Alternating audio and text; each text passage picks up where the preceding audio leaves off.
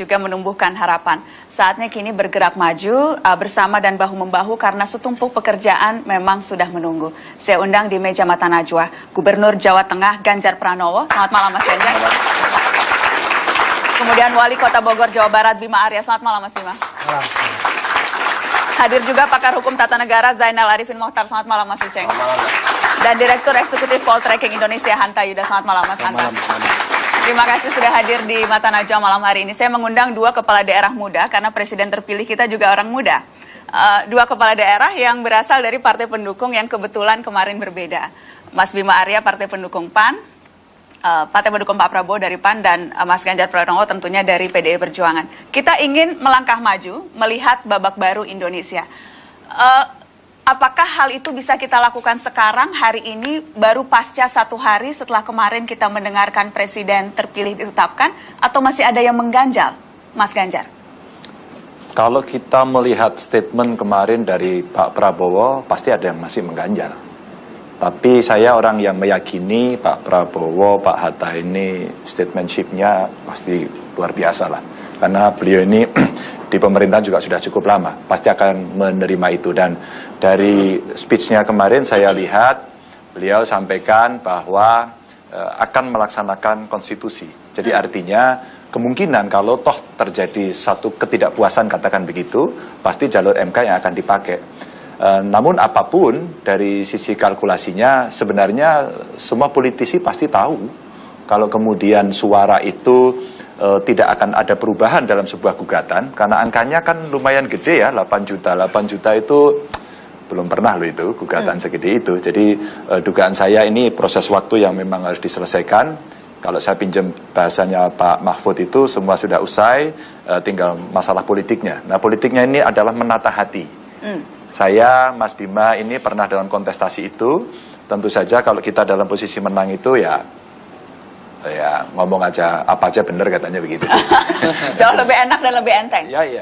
Jadi sesungguhnya sudah bisa move on. Mas Bima Arya, kita juga sudah bisa melanjutkan ke babak selanjutnya, babak baru Indonesia. Sudah bisakah kita pada tahap itu hari ini? Masalahnya saya kira bukan bisa atau tidak, tapi harus. Kita harus melangkah. Tidak ada pilihan, kita harus melangkah. Ya, sudah pasti kita punya presiden baru. Sudah pasti gitu. Nah, sekarang persoalannya adalah bagaimana kita mengelola fase menuju ke arah yang baru ini, gitu kan. Kalau ketidakpuasan saya kira sangat wajar. Bangsa ini tidak pernah terbelah begitu tajam seperti sekarang. Ya hampir terbelah secara rata, hampir begitu ya. Walaupun ada selisih 8 juta begitu. Jadi saya kira memang perlu proses bagi masing-masing untuk kembali lagi recovery, menjalani rutinitas seperti biasa. Jadi kalau ada sisa-sisa ketidakpuasan saya kira wajar, dan koridor untuk itu ada. Koridor hukum sedang berjalan, tetapi tugas kita semua adalah bagaimana di lapangan keseharian itu kita kembali bisa menata. Ada saatnya bertanding, ada saatnya bersanding, ada saatnya berkompetisi, ada saatnya saling mengisi. Ke depan tidak ada pilihan lain. Kita saling mengisi, saling bersanding untuk menuju Indonesia hebat, untuk menuju Indonesia yang bangkit. Boleh kasih tepuk tangan. Ada atau tidaknya ganjalan, kalau kemudian kita bicara dari aspek ketatanegaraan, tentunya itu akan bisa diselesaikan lewat Mahkamah Konstitusi. Tapi selain itu, menurut Anda seharusnya tidak ada lagi hal-hal yang bisa membuat kita tidak bisa bersanding bersama-sama, meminjam bahasanya Mas Bima Arya? Begini ya, kalau persoalan hasil Pilpres sebenarnya kan sudah hampir selesai sebenarnya, karena semua koridornya udah tersedia. Soal perselisihan silahkan ke MK. Soal KPU-nya kalau dituduh memang tidak curang, silahkan ke DKPP. Koridornya hampir semua ada. Sebenarnya ada satu momen yang agak harus dipikirkan ulang, yaitu kemungkinan adanya upaya untuk menghambat pelantikan Jokowi di Jakarta. Kita semua tahu bahwa menghambat Jokowi di Jakarta. Begini, pada diri Jokowi sekarang ini kan ada dua status. Dia menjadi gubernur, pada saat yang sama dia menjadi kandidat akan dilantik sebagai presiden kalau kemudian MK mengatakan tidak ada masalah. Nah, untuk dilantik menjadi presiden, dia kan harus punya jabatan tunggal. Dia tidak boleh ganda. Maka salah satunya adalah dia harus mundur dari gubernur Jakarta. Menurut Undang-Undang 32 2004 soal pemerintahan daerah, untuk mundur dari gubernur Jakarta harus seizin DPRD.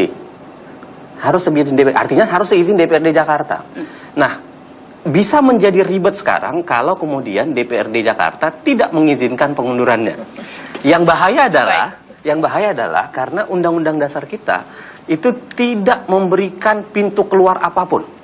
Kenapa? Karena Undang-Undang Dasar kita itu hanya mengenal cara memilih presiden melalui sebuah proses pemilu. Oke.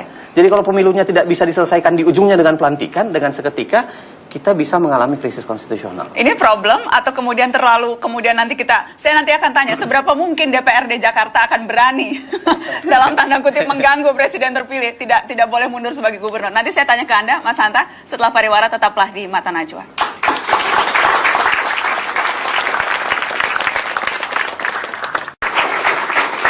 Terima kasih Anda terus di Mata Najwa, babak baru Indonesia. Tadi kita terputus, saya ingin bertanya ke Mas Hanta, merekatkan yang retak. Tapi sebelum dijawab, skenario menyeramkan yang tadi dilontarkan. Menyeramkan dong itu skenarionya kalau DPRD DKI Jakarta berani. Tapi penting dari perspektif mungkin atau hukum, tidak skenario dari pakar hukum tata negara? Tapi saya melihat Jokowi dari tidak bisa dilantik karena ditolak DPRD Jakarta. Secara politik saya melihat itu risikonya sangat besar dan saya yakin itu tidak terjadi, keyakinan saya. Kenapa? Tetapi itu tetap penting disampaikan untuk diantisipasi. Kenapa? Karena ini kan pesta demokrasi ini adalah kesuksesan seluruh rakyat Indonesia. Ibarat seluruh rakyat berkeringat membangun sesuatu, kemudian ada nama institusi bernama DPRD DKI berusaha merobohkan itu. Saya pikir Anda dalam sudah konteks membaca bau-baunya ke arah situ? Itu menurut saya mungkin peluangnya ada. Dalam politik kan tidak ada yang tidak mungkin. Tetapi peluang untuk terjadi mengecil. Yang kedua, kemungkinan pun kalau itu terjadi maka konstelasi politiknya sudah bergeser. Tadi statementnya Mas Bima Arya itu menarik juga. Saling mengisi dan saling bersanding kalau tidak salah. Nah di sana di DPRD sana ada juga PAN, ada P3, ada partai-partai di koalisi sana yang juga mungkin sudah mulai melakukan komunikasi politik. Nah saya sebagai warga negara yang juga membaca visi misi Capres, saya sebenarnya mulai membuka janji-janji politik Pak Jokowi JK menurut saya. Sehingga saya sudah mikir ke depan, ini harus kita kawal. Apa janji politiknya? Itu satu hal. Yang kedua, sebagai orang yang juga fokus mempelajari dinamika, mempelajari politik kita, saya juga sudah berpikir tentang komposisi kabinet seperti apa yang perlu disuarakan kepada publik. Bagaimana formulasi koalisi yang ideal untuk mendukung pemilihan presidensial yang efektif. Tanpa mengurangi rasa hormat kita, ada pihak-pihak yang belum puas dengan kondisi hari ini dan tentu harus kita hargai. Ibarat perjalanan, tidak mungkin semuanya, ini kan turbulensinya kencang, tapi saya yakin pada titik tertentu kita akan sampai pada tanggal 20 Oktober mendapatkan presiden yang baru berdasarkan pilihan rakyat hari ini. Tanggal 20 Oktober. Nanti akan menarik bicara bagaimana komposisi kabinet ke depan, tapi kalau tadi konteksnya bagaimana merekatkan lagi yang retak, real politiknya. Seringkali elit politik kita malu-malu mengatakan atau tidak mau mengakui ada yang retak, selalu mengatakan wah enggak kok masyarakat sudah bersatu, tapi kenyataannya luka-luka itu masih ada, Mas Ganjar? Ya pastilah, namanya itu tadi menata hati itu ya perlu waktu, tapi kan biasanya nggak ada orang marah terus-terusan begitu ya. Dan nanti kita orang yang mempercayai. Kemarin setelah selesai Mas Joko, Pak JK pidato, kita selesai tidak ada satu, tidak ada dua, yang ada tiga. Persatuan Indonesia kan. Retorika itu menurut Anda akan dengan mudah bisa diaplikasikan sekarang 3 Persatuan Indonesia secara real politiknya? Ya pasti kan ada negosiasi politik, pasti juga akan ada bicara prospek politik. Maka pada saat itu mari kita rangkul bersama itu satu yang real. Maka awal-awal saya dulu menyampaikan juga Mas Joko, Pak JK segera main bertandang ke rumah Mas Bowo atau Pak Hatta gitu kan, untuk kemudian berdialog di antara mereka. Yang 4 ini kan sangat elit sekali dan menjadi patronnya kan begitu. Kalau itu sudah maka yang di bawah akan beres. Nah saya melihat rakyat juga tenang hari ini, juga asik-asik aja mereka. Mereka semua tidak ada yang menunggu tanggal 22 siapa yang menang, tapi menunggu THR-nya kapan datang gitu. Ya, saya kira itu something real gitu, dan mereka berdesak-desakan bagaimana lewat Jawa Tengah Comal sudah jadi belum Pak Gub gitu. Jadi urusan-urusan ini lebih konkret, maka kalau elit kemudian tidak mengakar ke bawah yang nggak selesai. Tuntutannya tidak itu kok, tuntutannya yang ini, bukan yang aneh-aneh itu. Nah makanya dugaan saya begitu nanti ini proses politiknya berjalan baik, pasti akan ada gerakan. Isunya kan move on gitu kan. Move on. Kalau kita mau move on, dan saya kira inisiatif-inisiatif nanti akan dilakukan dengan ya kita melihat situasi yang berkembang, dinamika yang berkembang di teman-teman, termasuk dengan beliau lah. Mas Bima Arya, apa cara sudah move on? Kesimpulan Mas Ganjar, rekonsiliasi itu bisa dicepat dengan akselerasi THR, kira gitu ya.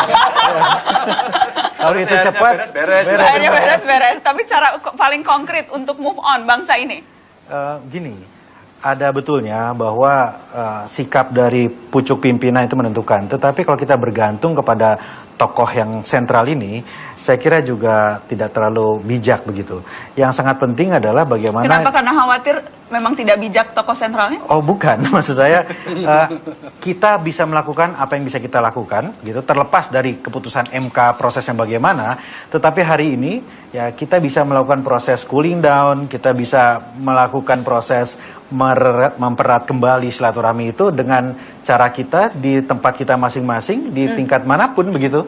Ya saya di kota saya, Mas Ganjar di Semarang, di Jawa Tengah dan sebagainya. Anda sebetulnya sudah melakukan itu ketika kemarin ketika mencoblos, walaupun kita tahu Anda pendukung Prabowo, tapi ketika mencoblos Anda selesai mengatakan siapapun presiden terpilih akan didukung. Oh iya. Maksudnya retorika seperti itu penting untuk Betul, karena kita bukan hanya sekedar politisi, tapi kita adalah pemimpin, pelayan daerah di wilayah kita masing-masing. Artinya apa yang kita sampaikan itu kan juga menjadi acuan dari warga kebanyakan. Dan itu hal yang saya kira tidak ada yang bisa mendebatkan. Siapapun yang terpilih harus kita hormati, harus kita respect, karena itulah pilihan rakyat begitu. Walaupun ya menentukan siapa akhirnya yang jadi itu kan ada prosesnya. Nah sekarang kalaupun ada kemudian lanjutan proses TMK, itu pun harus kita hormati. Gitu. Ada momentum, Mbak. Apa itu, Mas?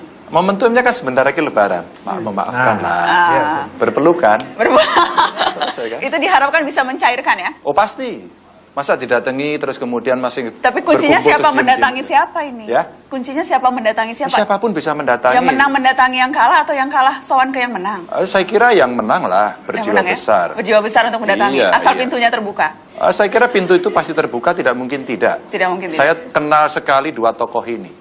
Orang yang tidak akan membiarkan republik itu tercerai-berai, enggak mungkin. Jadi kalau tadi tema besarnya apa? Babak baru Indonesia. Babak baru, bukan babak belur. Bukan babak belur. Bukan Real politiknya, apa yang bisa dilakukan kalkulasi politiknya Mas Hanta dan Mas... Kalau saya sih memahami move on itu bukan hanya sekedar soal memaafkan. Tapi move on itu sebenarnya adalah bagaimana kita kembali pada habit kita seperti biasa. Jadi orang yang menjadi pendukung Jokowi pun setelah menang, kembalilah ke kehidupannya seperti semula. Kalau dia seorang dosen, seorang pengkritik yang selama ini NGO. Selama ini menurut Anda orang menghentikan apapun yang mereka lakukan untuk menjadi pendukung? Bukan menghentikan, tetapi dia mengalihkan. Menurut saya, mengalihkan energi. Karena ada penilaian yang ada sesuatu yang ingin dicapai yang lebih. Nah setelah itu tercapai, menurut saya ya sudah, baliklah kembali. Orang yang sudah di dalam bekerjalah dengan baik di dalam. Orang yang berada di luar. Partisan sekarang balik lagi gitu ya. Jadi seluruh energi sekarang sudah tidak perlu lagi dipusatkan pada pertarungan. Pertarungan sudah selesai. Tapi dipusatkan menjaga negara ini. Itu yang pertama. Yang kedua adalah... Yang kedua setelah pariwara, kita harus break. Tetaplah di Mata Najwa, babak baru Indonesia. Lupakanlah nomor 1. Lupakanlah nomor 2. Marilah kita kembali kepada Indonesia yang satu. Indonesia Raya. Salam 3 jari. Salam 3 jari. Persatuan Indonesia.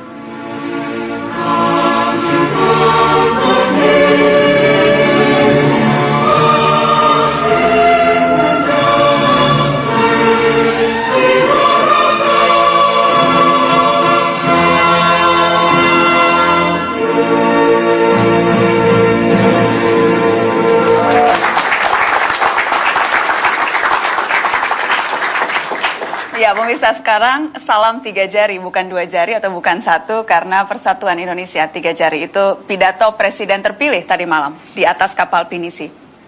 Tadi terputus, satu lagi apa yang harus dilakukan? Saya ingatkan, jadi energinya, kembalilah energi mengurus hal-hal yang lain, jangan hanya mengurus pilpres. Hal yang biasa, tetaplah menjadi, kembali seperti biasa. Yang kedua begini, jangan maknai kata perdamaian itu menjadi semuanya harus menuju ke arah Jokowi. Menurut saya keliru. Tidak.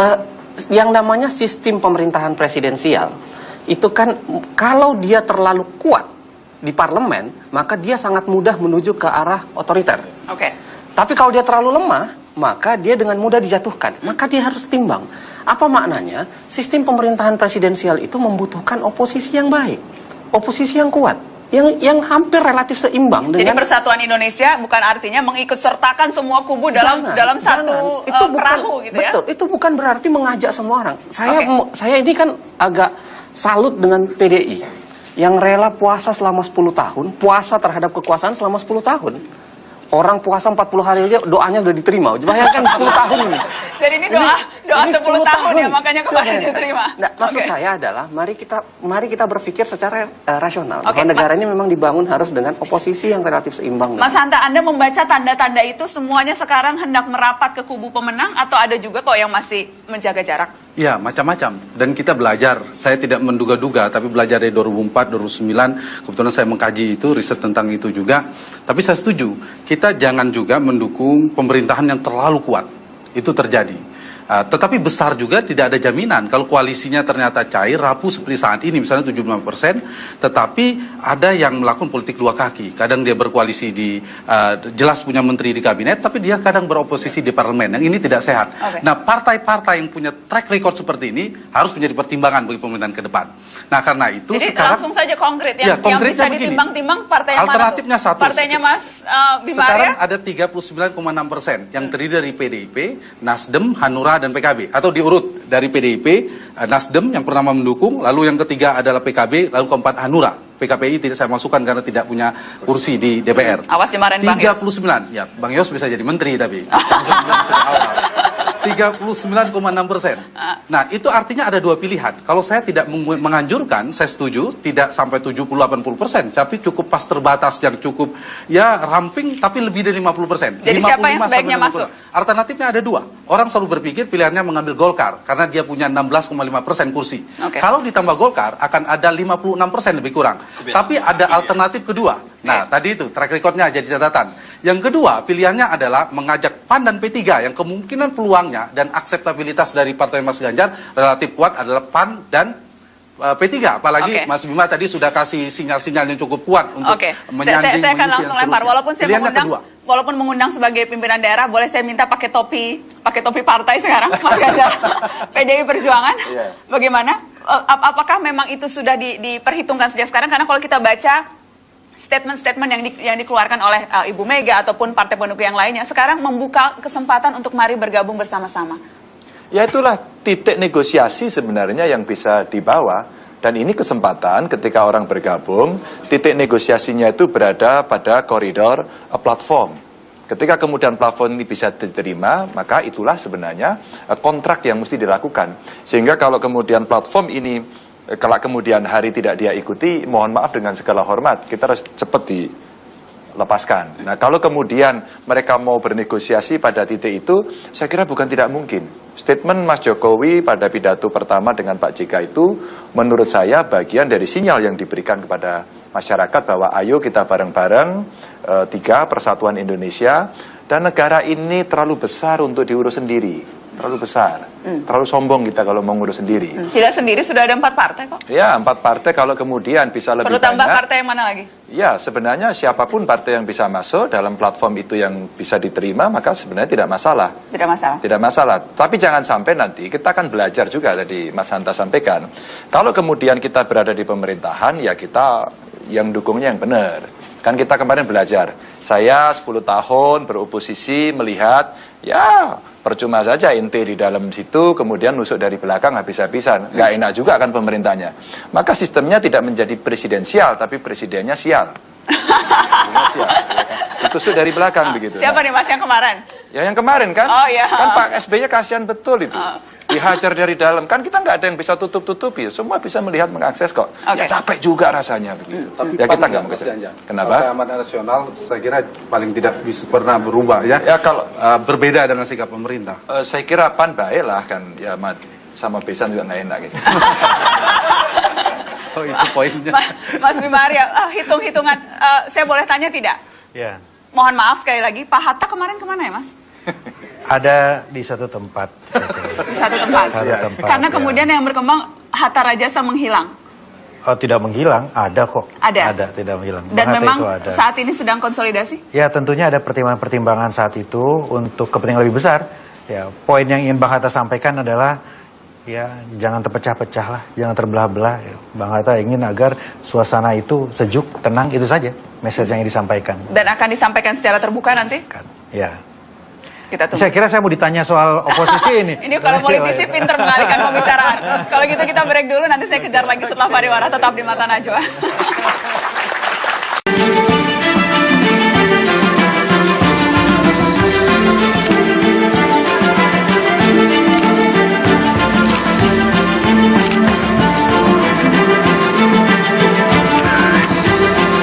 Ditetapkan sebagai Presiden dan Wakil Presiden terpilih periode tahun 2014-2019.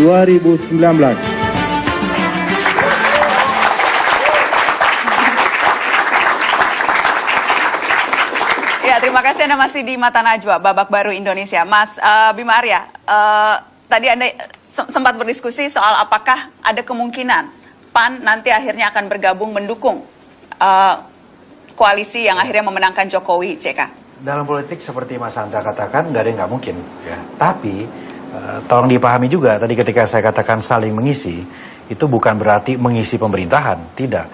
Tetapi mengisi peran yang diperlukan untuk membangun sistem yang demokratis dan efektif tadi. Ada peran sebagai pemerintahan, ada peran sebagai kekuatan untuk pengoreksi begitu. Nah itu juga harus diisi. Ya, jadi PAN sangat siap untuk menjadi oposisi, untuk mengawal pemerintahan, memenuhi janji-janji yang disampaikan. Pada intinya begitu. Jadi mengisi ini bukan hanya mengisi di pemerintahan, mengisi kekuatan untuk pengoreksi, itu sangat penting. Dan pertimbangan apa saja yang akan diambil untuk menentukan pilihan itu, mengisi di dalam atau mengisi lewat oposisi?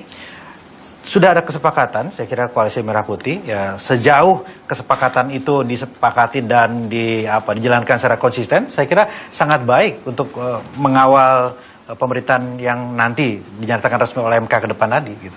Oke. Ada komentar Mas Hanta?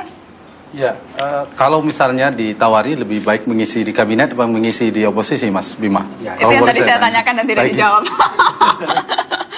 Ya, yang pertama politik itu ada etika. Ya, saya kira bagaimana kita mengedepankan etika di atas hal-hal yang lain itu penting. Ya, sudah ada komitmen kesepakatan yang dibangun. Nah, kedepannya ya itu harus akan dilihat. Oke. Kalau saya mungkin alternatif ya. Tadi saya katakan pilihannya bisa Golkar, tapi PAN dan P3 itu pilihan realistis. Ketimbang misalnya kalau Demokrat catatannya adalah harus dicairkan dulu komunikasi antara Pak SBY dan Ibu Mega. Kalau Golkar, ini sangat mungkin tergantung dinamikanya, strukturnya seperti apa. Kalau misalnya ada pergeseran kepemimpinan di Golkar, sangat mungkin Golkar akan bergabung di pemerintahan. Nah ini, jadi Golkar yang mana? Kalau bicara Golkar kan tidak bisa bicara PDIP ya Ibu Mega, bicara Demokrat adalah SBY. Tapi kalau bicara Golkar, tidak bisa mengatakan ketua umum hari ini. Nah pilihannya ada dua itu. Atau kenapa yang ketiga, Anda sudah tidak menganggap Abu Rizal Bakri? Enggak, biasanya kan yang kuat, bukan tidak menganggap. Tetapi biasanya kalau situasi politik yang menang, itu biasanya kuat. Jadi pertarungannya, ketua umum itu akan dipertahankan kalau dia berada di tempat yang menang. Itu logika politik paling sederhana di kita ya. Atau pilihan yang ketiga, mengajak semuanya, tetapi kembali seperti pemerintahan sekarang. Tapi kalau hanya mengajak Golkar, kita akan mengulang 2004 Golkar, dan 2009. Karena Golkar menjadi penentu. Kapanpun Golkar tarik dari pemerintahan, dia akan menjadi penentu, menjadi kuat di antara Nasdem, di antara yang lain-lain. Karena itu menjadi penting pertimbangan bagi ini. Itu yang harus dihindari, jangan sampai hanya melibatkan itu. Kalau PKS dan Gerindra mungkin dua partai yang paling dihindari. Yang harus dihindari kedua. Kenapa dihindari? Yang harus dihindari yang kedua adalah kalau bisa Pak Yusuf Kala, Wapres terpilih ini, jangan menjadi ketua umum partai. Biarkan Pak Jokowi dan Pak JK jangan menjadi pengurus partai. Itu jauh lebih baik. Kalau misal Pak JK menjadi ketua Dewan Pembina atau menjadi ketua umum Golkar, itu nggak menarik. Kita akan mengulang lagi seperti 2004. Begitu ya? Mudah-mudahan Pak JK mendengar. Mudah-mudahan mendengar dan mudah-mudahan nanti ada kesempatan bisa untuk bertanya langsung. Menguatkan. Kalau Pak Jokowi ini unggul di komunikasi publiknya, membangun, menjaga legitimasi vertikal ke rakyatnya, itu bagus sekali gaya komunikasinya. Sementara Pak JK itu unggul di komunikasi elit. Gaya negosiasinya, komunikasi ke elitnya itu sangat kuat. Jadi kalau bisa ini dikedepankan. Tapi tanpa mengurangi rasa hormat saya, Pak soal tadi, Pak Prabowo, Pak Hatta, itu pada titik tertentu sebagai negarawan di atas rata-rata kita semua, insya Allah akan menerima hasil ini, insya Allah. Saya punya keyakinan itu. Mudah-mudahan kita kasih tepuk tangan pada keyakinan itu. Saya ingin kita bicara soal tren munculnya pemimpin baru. Itu yang kita lihat di Pilpres ini, tapi bukan hanya Pilpres, beberapa pilkada belakangan juga menunjukkan hal yang sama. Yang duduk di depan kita ini juga bukti-bukti soal betapa selera publik terhadap pemimpin sekarang sudah agak berubah. Maunya yang baru, maunya yang muda, yang juga ada unsur kebaruan. Ini tren yang positif kan seharusnya? Iya, karena saya percaya dua hal, Mbak Nana. Yang pertama adalah yang namanya tidak ada satupun negara yang bisa bertahan dengan orang tua kok. Orang-orang itu saja. Nggak mungkin. Karena mereka dimakan usia dan harus akhirnya tongkat estafet itu diserahkan kepada yang lebih muda. Tidak ada negara yang bisa bertahan gerontokrasinya itu lama. Tidak mungkin. Karena memang generasi itu berganti. Itu yang pertama. Dan yang kedua adalah kebanyakan anak-anak muda ini itu menawarkan satu langgam yang sama dan itu menarik publik. Apa? Perubahan. Artinya sebenarnya yang diinginkan orang adalah tawaran perubahannya. Tawaran hal yang baru, model baru, mekanisme baru, cara baru, serta bekerja dengan model yang baru. Oke, dan itu juga kemudian yang ditawarkan Pak Jokowi. Tapi saya ingin, sebelum kita nanti melihat pembuktian kebaruan Jokowi, saya ingin tanya bagaimana dua pemimpin muda ini yang juga menawarkan kebaruan ketika Anda maju pada saat pilkada dulu. Sejauh ini, apakah Anda sudah menghadapi kesulitan tembok-tembok ketika harus membuktikan kebaruan yang Anda tawarkan? Ada dua hal, Nana. Yang pertama adalah memimpin adalah seni mengelola harapan. Ya, harapan publik begitu besar terhadap kita. Apalagi ketika kita mengusung jargon-jargon perubahan dan kebaruan gitu. Harapan itu bisa jadi realistis atau bisa jadi sangat tidak realistis. Ingin dalam waktu 100 hari semua persoalan selesai tentunya tidak realistis begitu. Tetapi di sisi lain tidak mungkin kita tidak memberikan indikasi-indikasi bahwa kita sedang bekerja memenuhi harapan itu. Jadi itu tantangan terbesar. Harapan begitu besar, tetapi sumber daya terbatas dan lain sebagainya. Ini saya kira dihadapi bukan saja oleh saya dan Mas Ganjar, tetapi presiden terpilih yang akan dilantik nanti menghadapi persoalan yang sama. Harapan rakyat terhadap perubahan di segala lini itu harus disesuaikan dengan kemampuan yang ada, sistem yang ada, peraturan yang ada. Itu poin pertama. Poin yang kedua adalah tentang perubahan. Pertanyaannya, seberapa serius komitmen kita atas perubahan?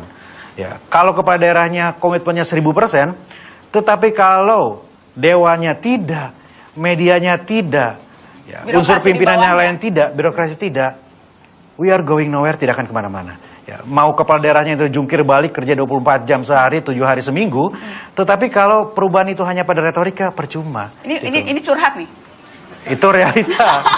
jadi Anda dalam prakteknya, realnya, beberapa bulan menjabat itulah yang Anda hadapi. Saya merasa seperti itu. Ya. Mas Ganjar, saya lempar. Iya. Mau curhat juga nggak apa-apa, Mas? Enggak, saya sih biasa saja. Jadi Tapi kalau Anda juga menghadapi ekspektasi kan begitu tinggi terhadap Ganjar Pranowo, Gubernur Jawa Tengah, Gubernur Metal. ya pastilah, saya bilang pakai perasaan, ada rasa politik. Rasa politik itu yang mesti dimaui. Apa sih maunya rakyat yang, ente jangan mewah-mewah Pak. Emang kita juga miskin ini, jangan semua dimakan sendiri. Itu bahasa kasar dari mereka. Apa? Ya kita berikan pertunjukan kepada mereka bahwa kita tidak melakukan hal yang itu. Yang berikutnya, Pak, kami mau respon cepat dan kami mau bicara. Sekarang teman-teman kepala daerah di Jawa Tengah, kalau dia tidak masuk sosial media ya dia akan ketinggalan. Nah sekarang ngomong sama Gubernur Jawa Tengah itu cukup lewat Twitter aja bisa. Dan itu artinya apa? Artinya Coba mereka itu berharap. Di-mention dulu akun Twitternya. Oh iya dong, @ganjar_pranowo. @ganjar_pranowo. Oke. Ya, followernya nggak banyak, kalah sama Mbak Nana. Tapi hari ini setidaknya ada. Setelah ini langsung rame ya pemirsa @ganjar_pranowo, tolong di-follow Gubernur Metal. Ada ini Imam Z, Gubernur Jateng, ya kan, Mata Najwa. Luka pasti ada dan patah hati itu butuh waktu. Tapi tidak ada orang marah terus-terusan, ya kan? Semua sekarang menonton Mata Najwa dan kemudian mereka menyampaikan, Mbak, hari ini tiap hari saya punya PR besar comal karena mau pulang kan. Itu tiap saat saya minta 6 jam perbaikan comal, fotonya harus dikirim ke saya. Setiap foto itu dikirim, saya mention semuanya. Dan itu publik ternyata merespon luar biasa. Saya memang punya misi politik saat itu. Salah satu misinya adalah pendidikan politik. Nah, pendidikan inilah yang kita pakai sebagai bentuk partisipasi untuk meredam harapan-harapan. Jadi Anda mengelola ekspektasi salah satunya lewat cara itu. Membuat pertunjukan politik, kalau boleh saya bilang? Iyalah, kalau kemudian dia bisa, kemarin ada orang yang kena hidrosipalus, ada listrik mati di mana, Karimun Jawa, dengan menggunakan Twitter, orang narik pendidikan yang mahal, pakai Twitter, selesai dalam waktu 20 menit, mereka puas. Apakah pertunjukan politik seperti itu juga yang akan cukup untuk memuaskan orang yang memilih Jokowi? Apa 3 hal yang perlu segera dilakukan Jokowi untuk membuktikan kebaruannya? Yang paling pertama kan begini, orang kan memilih Jokowi menurut saya karena ada 3 hal. Kapabilitas, integritas, dan akseptabilitas. Dia diterima, kemudian dia bisa menawarkan integritasnya, dan dia menawarkan kapabilitasnya, punya pengalaman, kemampuan. Saya pikir tagihan di 3 ini akan kembali, dialami oleh dia. Tagihan terhadap kapabilitas, orang akan menagih. Apa yang akan bisa dilakukan terhadap Indonesia? Saya menarik apa yang dikatakan oleh Mas Bima tadi.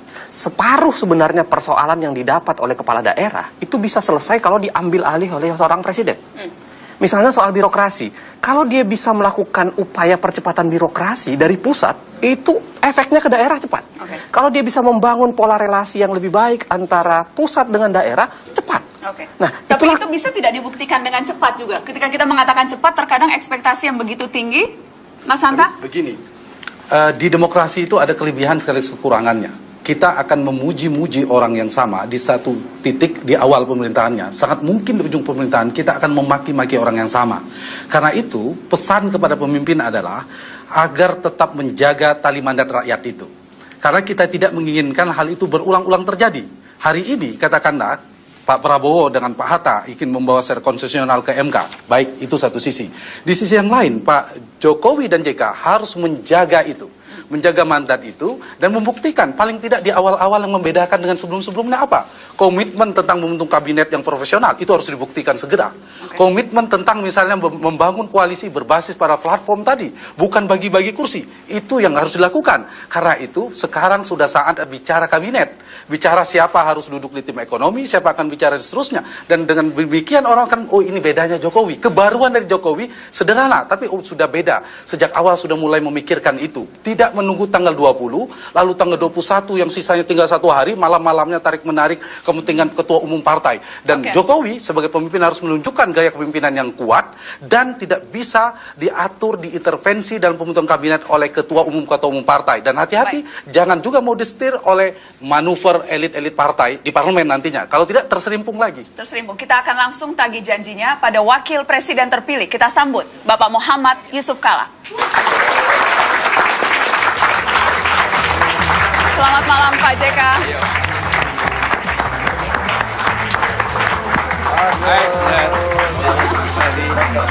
Ayo. Wakil Presiden terpilih Pak Muhammad Yusuf Kalla, terima kasih sudah hadir di Mata Najwa Pak JK. Kita dari tadi membicarakan Bapak dan Pak Jokowi. Sekarang orangnya sudah hadir. Kita akan break, setelah headline-nya kita lanjutkan dengan Wakil Presiden terpilih Muhammad Yusuf Kalla. Artinya korupsi. Suatu kekuatan dari rakyatnya. Ada masalah bagaimana ekonomi kembali kita majukan sebaik-baiknya. Sulawesi Selatan merupakan sumber ekonomi yang kuat.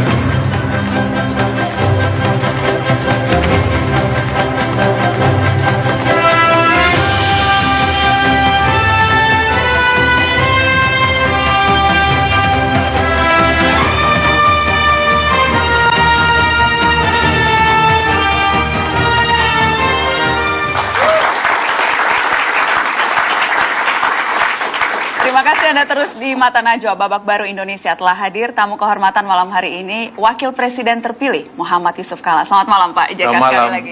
Terima kasih sudah hadir di Mata Najwa Pak JK. Hari pertama sebagai Wakil Presiden terpilih, apa saja Pak yang dilakukan Pak? Terima tamu. Terima tamu, menerima ucapan selamat. Ya begitulah. Banyak tamu datang, banyak ucapan selamat ya teman-teman gitu.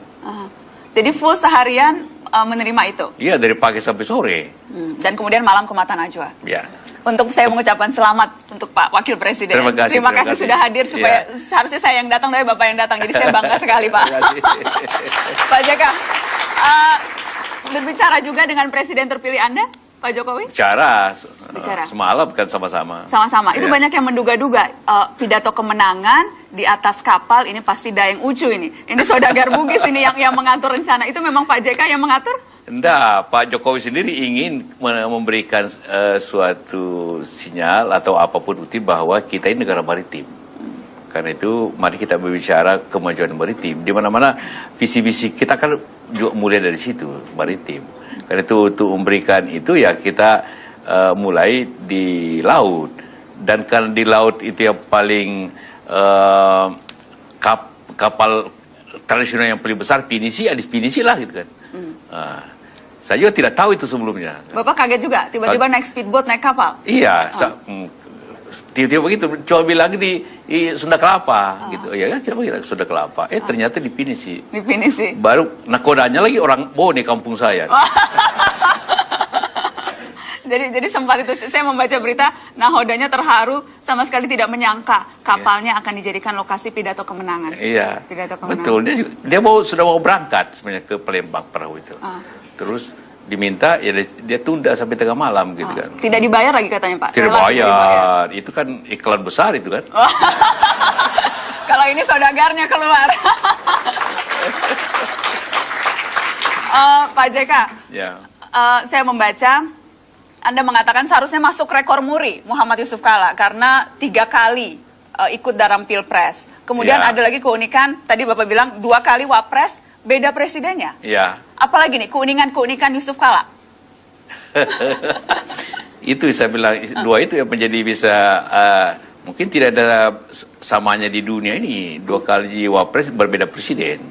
Ada orang 2 kali tapi presidennya sama gitu. Tapi bagi saya itu sebenarnya keunikannya ini ternyata cocoknya profesional, tidak politisi. Bukan politisi? Iya, waktu saya jadi ketua Golkar ternyata kalah. Nah, ini kan dulu menteri langsung saja diminta tanpa Waktu partai. 2004, waktu 2004 juga saya tidak punya partai, coba didukung oleh Demokrat kan, dan Bulan Bintang. Sekarang lagi tidak ada partai, didukung PDIP dengan Nasdem PKB, kan gitu kan. Jadi cocoknya gitu. Cocoknya sebetulnya bukan politisi. Bukan politisi. Profesional. Profesional saja. Profesional Wapres gitu Pak. Terus menjadi Ya, Wapres. antara lain, di pemerintahan lah gitu kan. Pemerintahan, kasih tepuk tangan dong profesional pemerintahan.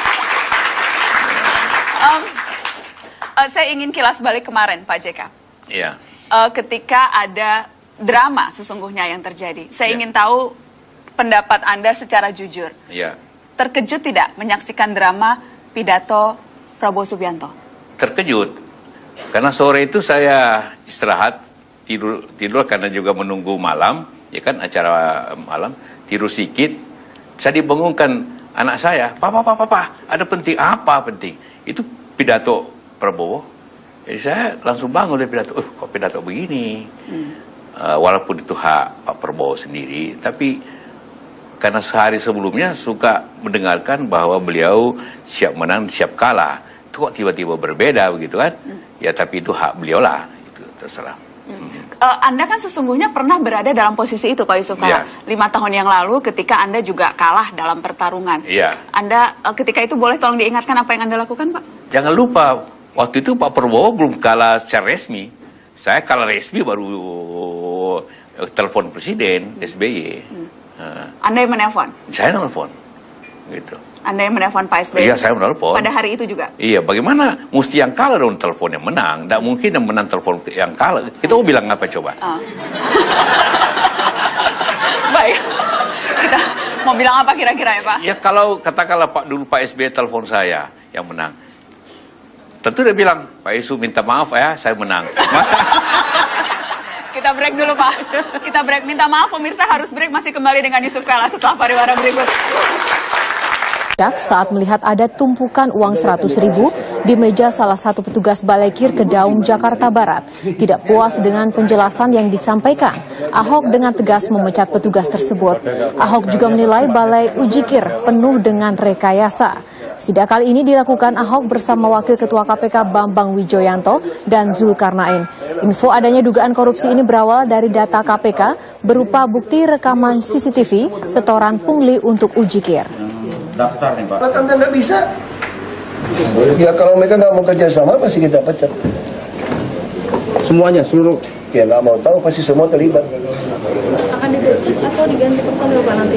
Itu udah pasti. Indonesia itu topik kita malam ini. Saya masih bersama dengan Wakil Presiden terpilih Bapak Muhammad Yusuf Kalla. Pak Yusuf Kalla, sekarang orang menatap ke depan. Tadi saya berbincang dengan tamu-tamu saya. Kita temanya move on Pak. Ya. Berlanjut. Nah salah satu dalam rangka berlanjut itu adalah memikirkan bagaimana idealnya komposisi pemerintahan mendatang. Anda dan Pak Jokowi, apakah memang sekarang ketika sudah ditetapkan sebagai presiden terpilih, walaupun masih ada proses-proses yang lain, sudah mulai memikirkan mana partai yang mungkin saja bisa diajak bergabung menambah 4 partai pendukung? Ya, komunikasi sedang jalan juga. Kedua belah pihaknya kita dan juga beberapa partai yang menjalin komunikasi. Karena semua partai pada dasarnya kan dibangun untuk ikut serta dalam kekuasaan dalam pemerintahan kan. Kan tidak ada partai yang dibangun untuk menjadi oposisi sebenarnya kan. Oposisi itu hanya karena keterpaksaan aja sebenarnya kan. Karena kecelakaan, karena kalah? Kalah itu. Tapi tidak kalah berharganya kan Pak oposisi? Oh iya, tapi kita juga merasa perlu untuk lebih gotong royong. Ketika kemudian dalam janji kampanye yang dilontarkan oleh Anda dan Pak Jokowi adalah koalisi ramping, bahkan tidak menyebutkan kata koalisi Pak Yusuf, kerjasama. Iya. Ketika kemudian sekarang seolah-olah membuka pintu, siapa yang merapat silahkan merapat. Tidakkah itu mencederai janji Anda? Oh tidak, kan juga tidak membatasi juga kan. Ya namanya kerjasama sama aja, koalisi apa bedanya coba. Ya, jadi tapi yang penting mari kita bergotong royong membangun bangsa ke depan. Dasarnya situ. Tapi yang tetap apa yang dijanjikan oleh Pak Jokowi dengan saya juga partai-partai pendukung ialah partai yang berdasarkan keahlian. Menteri berdasarkan keahliannya. Namun demikian tidak berarti orang partai tidak ada yang ahli. Pasti banyak yang ahli juga. Ini bahasa bersayap politisi. Oh tidak. Itu yang benar. Iya, karena pada dasarnya pemerintahan kan didukung oleh partai. Jadi kalau partai tidak masuk kan bagaimana caranya keluar dari hal itu. Anda sudah dan Pak Jokowi sudah menorat-oret siapa kemungkinan calon kabinet nanti? Belum. Masih ada waktu 3 bulan lagi kan. Yang gitu cukup diorek-orek seminggu bisa selesai. Seminggu bisa selesai. Ya. Ada 2 calon tidak Pak minimal di malam ini? Ada Gubernur Jawa Tengah Ganjar Pranowo, ada Wali Kota Bogor Bima Arya. Oh semua potensial. Semua potensi. Menurut Anda Pak Ganjar itu lebih cocok membangun Jawa Tengah atau bisalah ditarik jadi menteri? Wah itu terserah Ibu Mega, itu bukan saya. Mas Ganjar, Anda sendiri melihat maunya ngurusin Comal gitu atau ngurusin? Kalau Pak Joko sama Pak JK di pemerintahan di pusat, beliau pikir nasional, kalau tidak didukung dari daerah, lewat juga beliau nanti. Maka kita mesti dukung. Jadi saya selesaikan Comal saja. Selesaikan Comal. Apalagi Jawa Tengah badan besar, jangan lupa itu berarti beliau dicintai di sana. Dicintai di sana. Ya. Dan kemudian menyumbang besar juga untuk kemenangan Jokowi. Itulah saya bilang. Ya. Pagi-pagi Pak JK telepon saya soal cerita itu katanya. Ya. Katanya kami menentukan kemenangan, tapi saya bilang bukan saya, ini urusan rakyat ini. Kita mah cuma dorong-dorong tiup-tiup saja gitu. Tiup-tiup saja. Karena langsung seimbang Jawa Barat, Jawa Tengah, langsung seimbang. Jadi Jawa Timur yang menentukan. Itulah kemudian kunci kemenangan Jokowi JK. Tadi juga sempat ada pembahasan Pak Yusuf Kalla soal apakah ada kemungkinan mengulang 2004 ketika Anda wakil presiden dan kemudian mengambil alih Partai Golkar. Dijawab setelah pariwara, Pak. Baik. Setelah pariwara, Mata Najwa kembali dengan Yusuf Kalla. Artinya susah berpikir. Ya, waktu berpikir.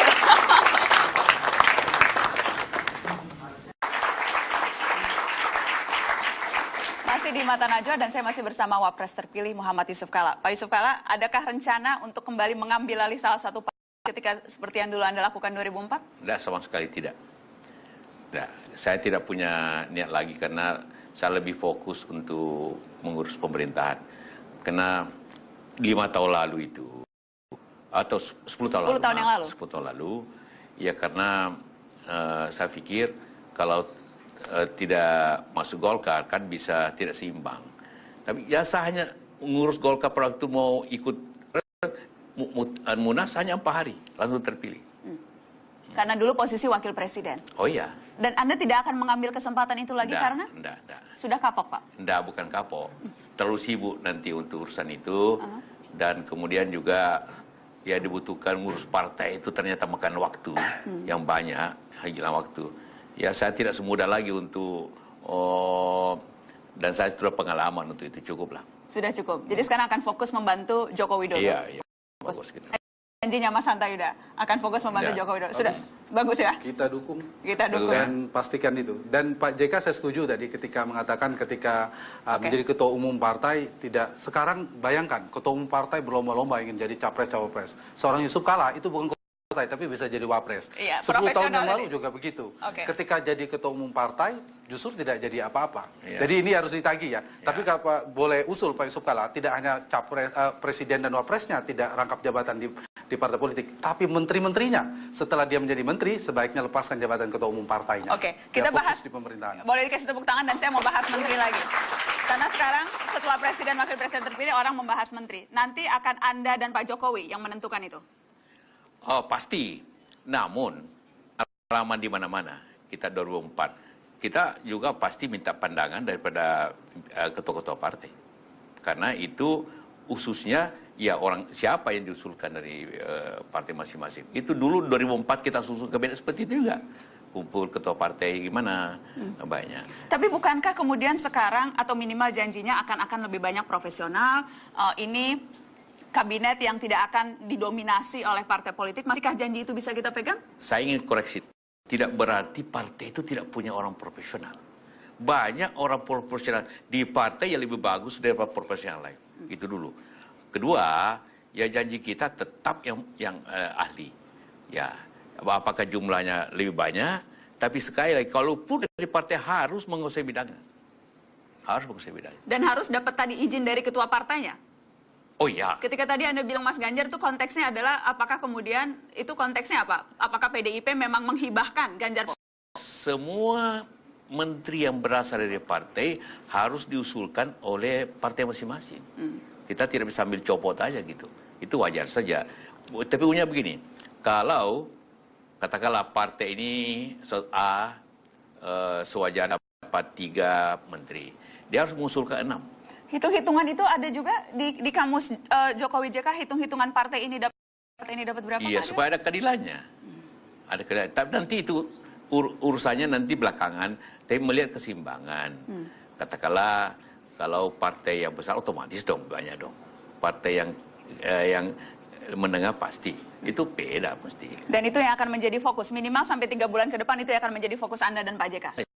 Samping programnya akan dibuat. Itu untuk menjaga kegotong royongan harus begitu. Mungkin kita minta Pak Ganjar langsung. Oh tidak, itu harus lewat partai. Oke, Pak JK, kemarin kita tahu SBY sudah menelpon Pak Jokowi mengucapkan selamat. Orang pertama yang menelpon Jokowi adalah Susilo Bambang Yudhoyono. Anda sudah sempat bicara dengan Pak SBY juga? Belum. Baru Pak Budiono. Pak Budiono, Pak Budiono menelpon Anda. Mungkin pas-pas lah antara presiden calon presiden antara. Pak Budiono bilang apa Pak? Selamat. Selamat, dan sudah siap untuk tukar guling lagi rumah dinasnya? Siap untuk memperlihatkan kantor macam-macam. Saya bilang, nggak usah Pak, saya sudah hafal itu kantor. Sudah hafal. Jadi gaya JK akan seperti yang dulu, gaya JK atau gaya JK akan menyesuaikan dengan gaya Jokowi? Tentu dong, mesti menyesuaikan. Menyesuaikan. Iya, tidak mungkin Pak Jokowi menyesuaikan kepada saya, enggak lah. Pak JK yang menyesuaikan kepada Jokowi. Iya. Kita kasih tepuk tangan Wakil Presiden terpilih. Terima kasih banyak Pak Yusuf Kalla sudah hadir di Mata Najwa, dan terima kasih kepada tamu-tamu saya yang sudah hadir. Babak baru Indonesia itu yang kita tuju. Selamat malam, sampai jumpa.